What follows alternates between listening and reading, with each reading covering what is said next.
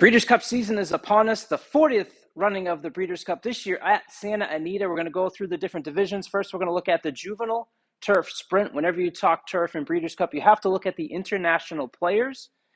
3, I'm going to point out Big Evs, Tiger Bell, Mansa Musa. Mansa Musa from Ireland has been running at 6 furlongs. The last furlong has been tough for Mansa Musa, so the cutback to 5 furlongs is going to be very important for this horse, and the owners think it gives it a great shot.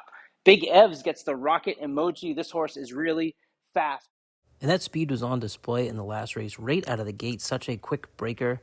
Big Evs, look how quickly he gets the lead and maintains that pace all the way to the finish line. Stunning all the way win for Big Evs. And this horse has been running over soft ground. The ground at Santa Anita is going to be much firmer. We'll have to see how that plays out. Tiger Bell is a horse that has a lot of gate speed and is a big horse. The owners say this horse has a lot of heart, but also has been running on the soft going. So it's important to see how they translate to the Santa Anita firm course. The American contingent involves 3 from the George Weaver barn, including No Name Metz. He gets the baseball because he's owned by Alex Bregman.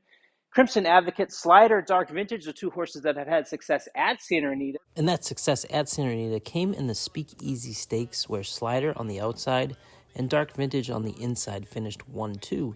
It's interesting to note that Slider's first 2 races actually came on the dirt at Del Mar, where he actually earned higher figs than he did on the turf. Slider is just too strong, and Slider cruises home in the end to win it by 2.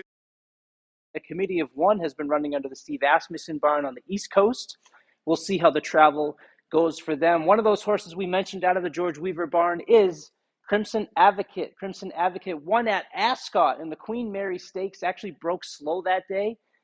This was a very impressive race, making George Weaver only the 3rd U.S. trainer to win in the Ascot. Crimson Advocate is certainly going to be a contender in what we will consider a pretty wide open race in the Juvenile Turf Sprint division.